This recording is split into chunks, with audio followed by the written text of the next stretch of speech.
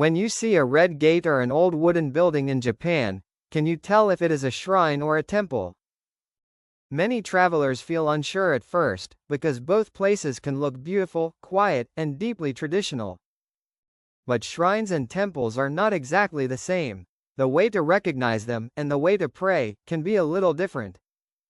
Don't worry, you do not need deep religious knowledge. This guide will focus only on simple points that travelers can actually use. And at the end, we will also look at common mistakes travelers often make, so you can visit with more confidence. Let's start with the most basic difference. Shrines are connected with Shinto, while temples are connected with Buddhism. A shrine is a place connected with nature, local deities, and gratitude for everyday life. Many people in Japan visit shrines for New Year prayers and local festivals. A temple is a Buddhist place. You may see Buddhist statues, a main hall, incense, monks, and spaces for quiet prayer. However, Japanese culture has a long and layered history. Sometimes shrines and temples stand close together, or may feel similar at first. So you do not have to classify everything perfectly. For travelers, it is enough to remember a few easy visual clues. First, let's look at the easiest way to recognize a shrine. Once you know this clue, you will feel much less lost in Japan.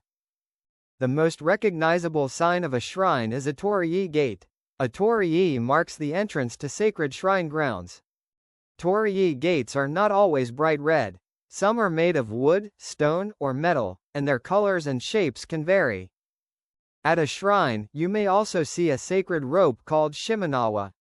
It often marks something sacred or spiritually important. Another shrine clue is the approach path, called sando. This quiet path often leads toward the main worship building. Some shrines also have a water purification pavilion.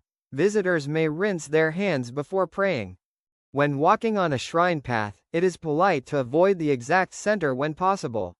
The center is traditionally considered a special path. Before passing through a torii gate, a small bow is a respectful gesture. You do not have to be perfect, calm respect matters most. At the water pavilion, rinse your hands.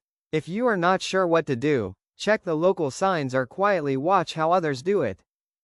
A common shrine prayer style is to bow twice, clap twice, pray quietly, and bow once more. So, as a simple checklist, look for a torii gate, shimenawa rope, a shrine path, and a water pavilion. These are common shrine clues.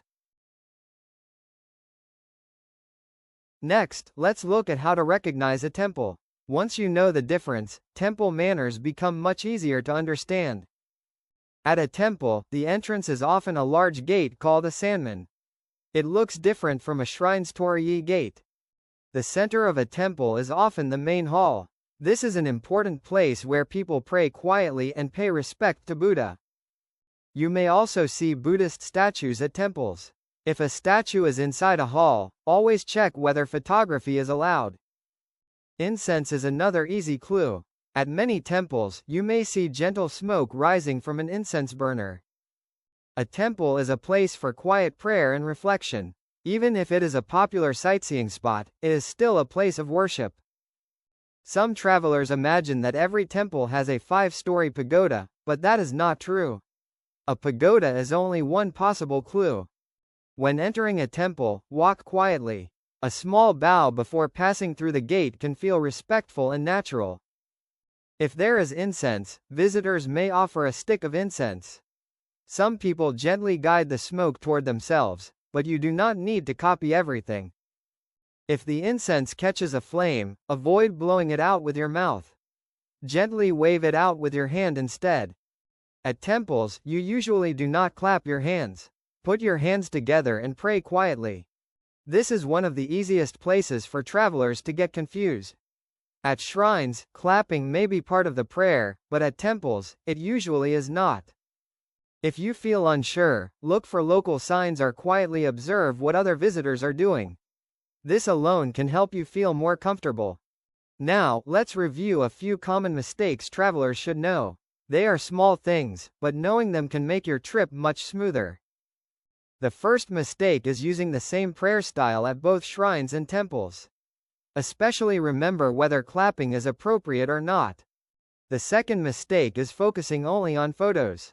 These places are beautiful, but be careful not to disturb people who are praying.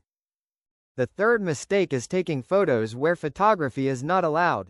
Always check signs, especially inside halls or near sacred objects. The fourth mistake is speaking loudly or blocking the path. Even at famous tourist spots, calm and respectful behavior is important. The fifth mistake is thinking one rule applies everywhere. Manners can vary depending on the region, the shrine, or the temple. Here is the simple traveler's checklist. For shrines, look for a torii gate, shimenawa rope, shrine path, and water pavilion. For temples, look for a sanman gate, Buddhist statues, incense, and a main hall. You do not have to remember everything perfectly. With a little knowledge and quiet respect, shrines and temples in Japan become much easier, deeper, and more enjoyable to visit.